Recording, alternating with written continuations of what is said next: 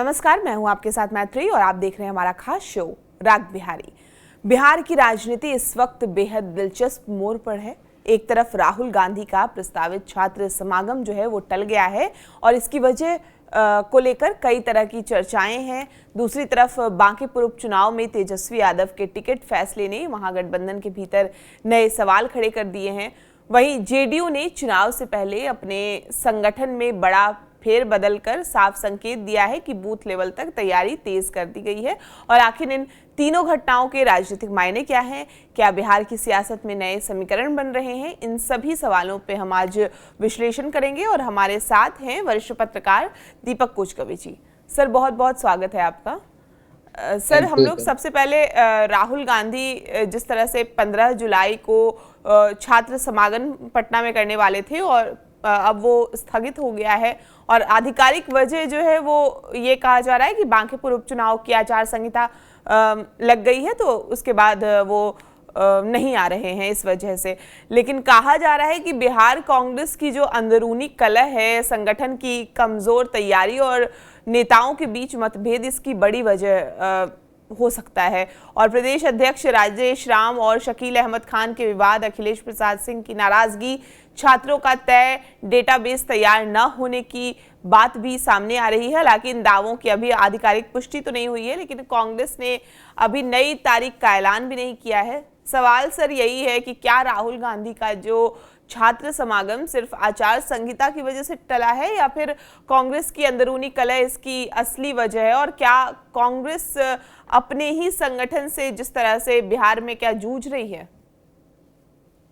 पहली वजह आपने जो कहा राहुल गांधी के कार्यक्रम का रद्द होना, मेरी बात अभी प्रदेश अध्यक्ष राजेश राम से हुई तो उन्होंने यह साफ कहा कि आचार संहिता लग गया, अगर होता है तो प्रेस वाले और लोग इस पर टीका टिप्पणी करेंगे, केस मुकदमे होंगे, तो इसलिए ये टल गया। ये बात थोड़ी बहुत जस्ती है कि आचार संहिता लग जाने के चलते राहुल गांधी हो सकता नहीं है, मगर वजह कुछ और है। ऐसी बात नहीं है कि सिर्फ एक ही ये मुद्दा है जिस मुद्दे से राहुल गांधी का कार्यक्रम रद्द हुआ। राहुल गांधी का कार्यक्रम बहुत बार बिहार में रद्द हुआ। आपको याद होगा 2025 में सासाराम में शुरू होने वाली पद यात्रा स्थगित हो गई। सितंबर 25 में वोटर अधिकार यात्रा का समागम जो था वो गांधी मैदान में होना था, मगर वो रद्द हो गया था और वो लोगों ने पैदल यात्रा करके उसे वहां खत्म किया था। 24 सितंबर को 24 सितंबर को कांग्रेस वर्किंग कमेटी की बैठक थी पटना में। आपको याद होगा उसमें सोनिया गांधी और प्रियंका गांधी का कार्यक्रम टल गया था, रद्द हो गया था। तो ये तमाम कांग्रेस का ये पुराना कल्चर है। मैंने देखा है राजीव गांधी का प्रोग्राम अगर पटना में बतौर प्रधानमंत्री होना था चुनाव के दरमियान, एक दिन पहले चुनाव रद्द हो गया था। तो ये कांग्रेस का कहीं ना कहीं ये रद्द होने वाली बात चलती रहती है। और जो आपने सवाल किया उस सवाल में है कुछ दम है, इसलिए कि बिहार कांग्रेस अभी उलझन में है और बिहार कांग्रेस की जो स्थिति है सुलझ नहीं रही है और तमाम जिस तरह के विरोध बागी बन गए हैं लोग। आपने अभी हाल में अपने जिक्र किया अखिलेश सिंह का। अखिलेश सिंह ने जो कहा, उसके बाद काउंटर अटैक शकील अहमद ने जो कहा, तो कहीं ना कहीं कांग्रेस रही है कि कांग्रेस की स्थिति सुधारी जाए, मगर ऐसा कुछ होता दिखता नहीं। जहां तक रही बात महागठबंधन की, उसमें भी पेच फंसा हुआ। उसमें भी राहुल गांधी से बिना पूछे यानी महागठबंधन का उम्मीदवार नहीं देकर तेजस्वी यादव ने रेखा गुप्ता को अपने बना दिया। उस पे हम अलग से बात करने वाले हैं, क्योंकि बांकीपुर उपचुनाव में जिस तरह से उम्मीदवार उतारे गए उसकी टाइमिंग को लेकर सवाल हुए। तेजस्वी यादव यूरोप दौरे पर हैं, लेकिन इसी बीच आरजेडी ने बिना ज्यादा इंतजार किए रेखा गुप्ता के नाम का ऐलान कर दिया और ये चर्चा भी तेज हो गई कि अगर फैसला टलता है तो महागठबंधन के भीतर प्रशांत किशोर को समर्थन देने की मांग जो है वो तेज हो सकती है। और टिकट घोषित होते ही कांग्रेस की नाराजगी भी सामने आई, गठबंधन में खींचतान की चर्चा भी शुरू हुई। हालांकि आरजेडी की ओर से जल्दबाजी की वजह से कोई आधिकारिक अभी तक बयान नहीं आया है, पर अब इस फैसले के राजनीतिक मायने तलाशे जा रहे हैं। तेजस्वी यादव यूरोप में थे, फिर रेखा गुप्ता को टिकट देने की इतनी जल्दबाजी क्यों? क्या ये सिर्फ चुनावी रणनीति थी या प्रशांत किशोर को विपक्ष का चेहरा बनने से रोकने की एक तरह से बस कोशिश थी? बहुत सही कहा आपने। देखिए, प्रशांत किशोर जिस तरह से लड़ाई लड़ रहे हैं, जीत हार एक अलग बात है, मगर जिस तरह से वो एक तीसरा फ्रंट बनाते हुए दिख रहे हैं कि बिहार में अगर विपक्ष की भूमिका निभानी है तो तेजस्वी यादव को विपक्ष की भूमिका निभानी है, क्योंकि वो प्रतिपक्ष के नेता हैं और कम से कम 41 विधायकों के वो नेता है। मगर जिस तरह से प्रशांत किशोर भी दम मार रहे हैं, कहीं ना कहीं पर्सनैलिटी कल्ट है, वॉर है कि कहीं और ये चीज तेजस्वी यादव में बहुत कूट कूट कर भरी हुई है कि मेरे सामने कुछ तीसरा पैदा ना हो। तो ये बात में है कि प्रशांत किशोर ने जब अपने आप को उम्मीदवार बना दिया, और अपने आप को उम्मीदवार बनाने की आपको एक चीज बताऊं कि यही गलती उन्होंने 25 में की थी। राघोपुर से वो चुनाव लड़ना चाहते थे, अगर वो चुनाव लड़ते तो पार्टी के वर्करों में एक उत्साह होता है, उसको देखकर उन्होंने ये डिसीजन लिया कि अगर मैं निकलता हूं तो हमारे पार्टी के वर्कर को में उत्साह जगेगा। और जिस तरह से तेजस्वी यादव स्केप कर रहे हैं, कहीं ना कहीं लालू यादव चुप पड़े हुए हैं और उनकी मीसा भारती कुछ नहीं बोल रही है। तो कहीं ना कहीं लगता है कि क्या मसला है और वो ये परिवार क्यों चुप है। आपको देखा होगा कि लालू प्रसाद यादव किस दम से बात करते थे। ठीक है, बीमार हैं वो अलग बात है, मगर लालू यादव कहीं भी बैठते थे तो वो विपक्ष को वो सत्ता पक्ष को आड़े हाथों लेते थे। और तेजस्वी यादव आपने देखा 3 दिन पहले ही स्थापना दिवस मनाकर वो यूरोप चले गए। क्या है यूरोप जाने का मसला, क्या है वो समझ में नहीं आता है। और विपक्ष की भूमिका में कोई बड़ा बहुत बड़ा अटैक नहीं होता है पक्ष पर, और ये बात सवाल अब उठने लगे हैं और उनके अपने ही लोग उठा रहे हैं। आपने देखा जहानाबाद के एमपी, उन्होंने क्या कहा, पूछा गया कि रेखा गुप्ता कौन है तो मुझे कि मुझे नहीं पता। भाई वीरेंद्र के राग अलग हो रहे हैं। तो कहीं ना कहीं आप कुलबे को नहीं संभालेंगे और आपको विपक्ष की भूमिका निभाने के लिए दिया गया है और आपको विपक्ष के नेता की सारी सुविधाएं मिलती हैं, तो कम से कम विपक्ष का तो एक रोल होना चाहिए। और इस रोल में यही बात है कि प्रशांत किशोर हमसे आगे न बढ़ जाए, फलाने हमसे आगे न बढ़ जाए। कन्हैया कुमार को बिहार नहीं आने देने का आपने देखा होगा। उस वक्त कन्हैया कुमार को भी बेगूसराय से जब चुनाव 25 का हुआ तो कांग्रेस की पर कन्हैया कुमार भी नहीं आया, क्योंकि एक पर्सनालिटी वॉर चल रहा है। और तेजस्वी यादव समझते हैं कि मैं ही यहाँ का विपक्ष का नेता हूं, मेरे आगे कोई आगे न बढ़े। और इसको लेकर कांग्रेस में अब मंथन शुरू हुआ है। देखिए, जिस तरह से 25 के चुनाव में लोगों ने अपना चेहरा दिखाया, उस चेहरे में साफ दिख गया कि भाई अब आगे की रणनीति कांग्रेस की एक अलग रणनीति चल रही है, क्योंकि देश में ऐसी पॉलिटिक्स हो रही है जिससे लगता है कि छोटी पार्टियां जो हैं वो धीरे धीरे बड़ी पार्टियों में समा जाने की स्थिति में है। और आपने देखा होगा कि चाहे वो ममता बनर्जी हो, चाहे शरद पवार हो, चाहे उद्धव ठाकरे हो, तो कहीं ना कहीं एक नया पॉलिटिक्स आ रहा है और तेजस्वी उससे डर रहे हैं। तेजस्वी को लगता है कि कहीं मेरे पार्टी का भी कोई मसला न बने। तो ये बात तो ठीक है और आपका ये सवाल बहुत जायज है कि पर्सनैलिटी वार है और उनको लगता है कि प्रशांत किशोर हमसे आगे बढ़कर लीड न दे। सर, डर तो आप कह रहे हैं कि तेजस्वी यादव को डर है, लेकिन आप देखिए कि बिहार के कितने मुद्दे ऐसे उठे। अब भरत तिवारी का इनकाउंटर हुआ, उसके अलावा भी कई चीजें बिहार में घटित होते रही और कोई भी ऐसी जगह पे जाके उस स्पॉट पे जाके तेजस्वी यादव का कोई बयान नहीं आया। तेजस्वी यादव उनके परिवारों से नहीं मिले हैं।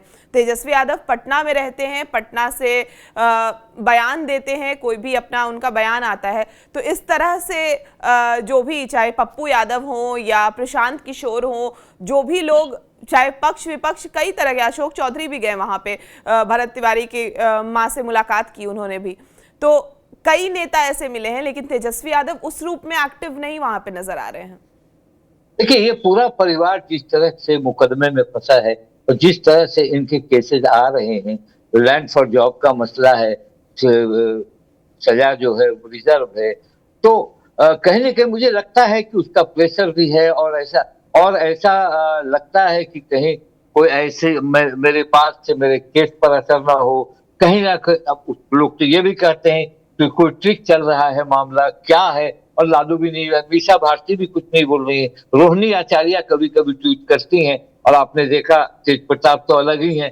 तो मुझे लगता है कि कहीं ना कहीं इस केस का प्रेशर तो जरूर है, ये स्पष्ट रूप से मैं बता रहा हूं। और इस केस के प्रेशर से अब वो लालू प्रसाद यादव थक चुके होंगे, और इस परिवार को जिस तरह से अभी आपने देखा, घर छोड़ दिया उन्होंने, घर छोड़ दिया उन्होंने।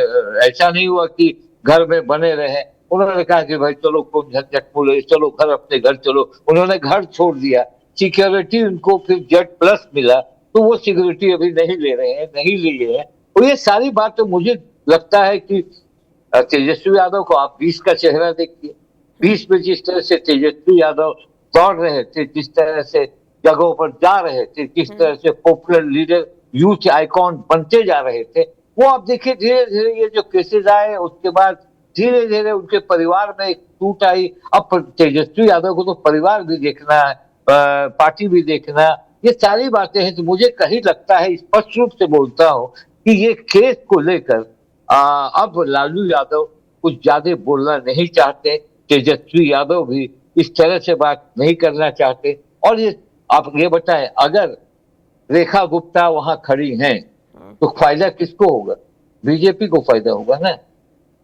काहे कि अगर वहां पे प्रशांत किशोर भी है और इनको आप खड़ा कर दिए हैं, तो कहीं ना कहीं प्रशांत किशोर को जो वोट अगर मिल जाता है, आपका टोटल वोट मुस्लिम का, दलित का जो मिलता है, चाहे यादव का, और जो भी आपके वोट है वो उसे ट्रांसफर होता, तो फायदा किसको होता?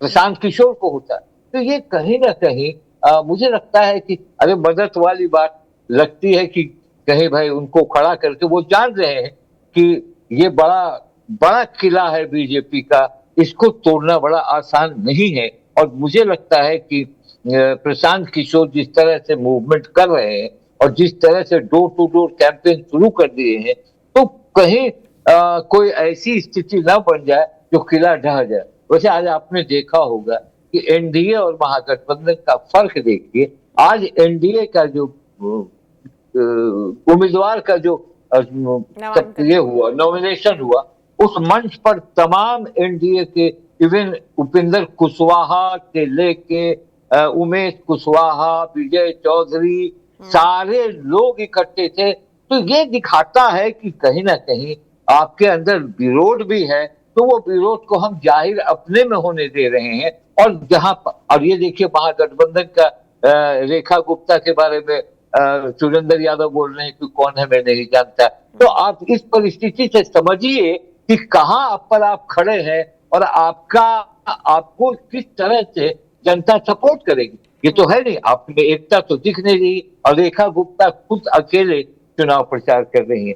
तो ये सवाल उठता है, और इस तरह से छोड़ देना, मैदान में बॉल देकर कप्तान बोला कि बॉल करो, ये नहीं बताया कि गुड लेंथ में करो या यॉर्कर मारो, ये कुछ नहीं, वो चले गए विदेश।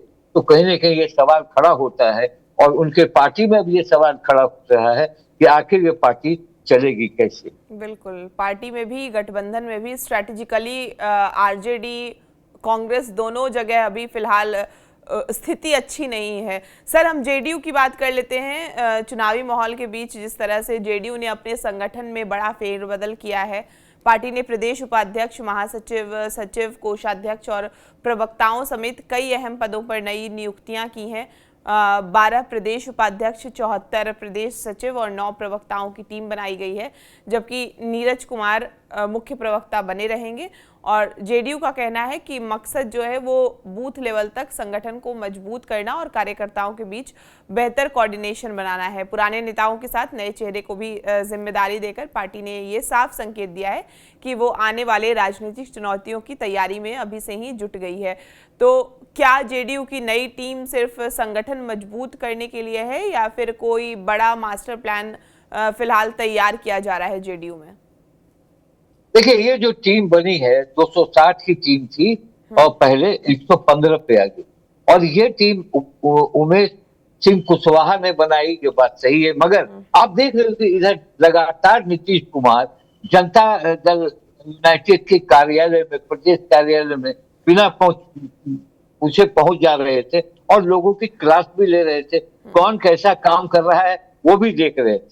तो कहीं ना कहीं निशांत की जब ताजपोशी हुई है और निशांत कुमार जब आगे के भविष्य बताए जा रहे हैं कि पूरी टीम निशांत कुमार के लिए डेडिकेटेड है। और मुझे लगता है कि निशांत कुमार को अब आगे की रणनीति जब तय करनी है उसमें ये उन्होंने बनाया। बहुत सारे ऐसे चेहरे हैं जो नहीं है। और आपने जो बताया 12 उपाध्यक्ष, 49 महासचिव, 46 सचिव, 9 प्रवक्ता और 1 कोषाध्यक्ष तो परमानेंट है, ललन सराफ हैं जो लगातार जनता दल यूनाइटेड के कोषाध्यक्ष होते हैं, नीतीश कुमार के खास हैं, तो लोग खास ही को कोषाध्यक्ष बनाते हैं, तो वो बन गए। अब इसमें समाज ये होता है कि ये एकाएक इतना बड़ा निर्णय कैसे लिया गया। तो मुझे लगता है कि देखिए, नीतीश कुमार हमेशा उस मोड में रहते हैं, हमेशा पार्टी के को आगे कैसे बढ़ाया जाए और जनता दल यूनाइटेड कैसे आगे जाए। और उन्होंने ये भी देखा कि जिस तरह से देश की पॉलिटिक्स हो रही है, जिस तरह से एमपी और एमएलए लॉट में चले जा रहे हैं बीजेपी में, तो उन्होंने संविधान में भी संशोधन करने की बात कर डाली है कि इस जनता दल यूनाइटेड के संविधान में संशोधन करूंगा और संशोधन हो रहा है। तो आप ये बता रहे हैं कि पॉलिटिक्स में हमेशा कोई दोस्त परमानेंट और दुश्मन परमानेंट नहीं होता। वो आगे की रणनीति देख रहे हैं कि हमारी पार्टी मजबूत हो। और निशांत कुमार जिस तरह से अब छापेमारी कर रहे हैं और जिस तरह से धीरे धीरे अपने दल में एक्सेप्टेबल हो रहे हैं, तो ये टीम उनके लिए बनाई गई है। आपने देखा प्रवक्ता में नीरज कुमार को रखा ही गया, क्या कि नीरज कुमार जिस तरह से बैटिंग करते हैं पार्टी के लिए, नीरज कुमार लगभग टोटल जो टीम है, निहोरा यादव हुए, फिर भारती मेहता हुई, फिर अनुप्रिया हुई, इस तरह से उन्होंने उन्हीं लोगों को रखा जो पार्टी के लिए बात करते हैं और जो निशांत की अब बात करते हैं। अब आप देखिएगा ज्यादातर प्रवक्ता निशांत की बात करते हैं, निशांत ने कैसे छापा मारा। तो आने वाले बिहार की पॉलिटिक्स में नीतीश कुमार की पार्टी मजबूत रहे और वो समझते हैं गेम को जानते हैं। और पता नहीं पॉलिटिक्स में कौन कब पलट जाएगा, ये भारत की राजनीति का एक बहुत बड़ा कोड है कि भाई हम जीत रहे हैं कहीं से और जा रहे हैं कहीं।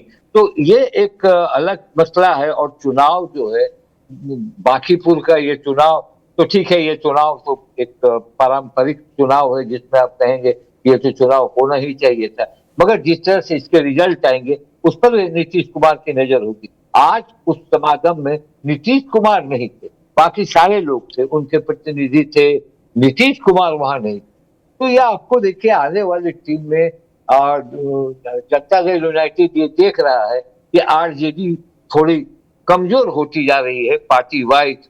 अगर मैं ये कह रहा हूँ, दिख रहा है जिस तरह से लीडरशिप क्राइसिस हो रहा है वहां। लालू यादव को आप देखती हैं, जब भी उनका बाइट आता है पहले कितने जोर बोलते थे, ऐसी बात नहीं कि अभी नहीं बोल सकते, एक सवाल का छोटा जवाब देते हैं, क्या हुआ, आपको आपका घर खाली हो गया, हमरे साथ बदमाश, बस इतना ही बोलते, उससे आगे कुछ नहीं बोलते। तो मेरे ख्याल से ये जो सवाल है आरजेडी का, अगर आरजेडी मौके पर नहीं संभलती है तो मुझे लगता है कि आने वाले दिनों में आरजेडी का ये देख रहा है, जेडीयू भी उनके इस मामले को देख रहा है। तो संगठन को मजबूत करना और इस तरह की कमेटी बनाना और उसमें अच्छे अच्छे लोगों को रखा उन्होंने।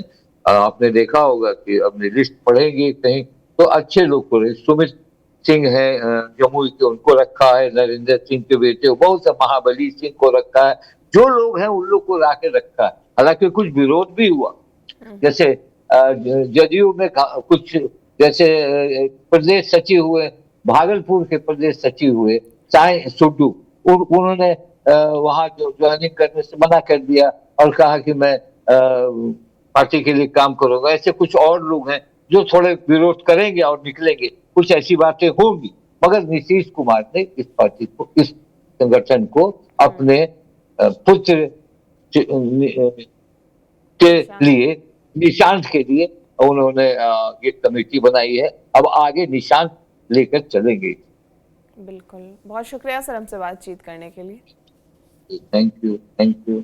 आपको ये पूरी बातचीत कैसी लगी, इस चर्चा पर आपकी क्या राय है, हमें कमेंट करके ज़रूर बताएं। और बिहार की तमाम खबरों के लिए आप हमारे साथ बने रहें और देखते रहें TV9 बिहार झारखंड।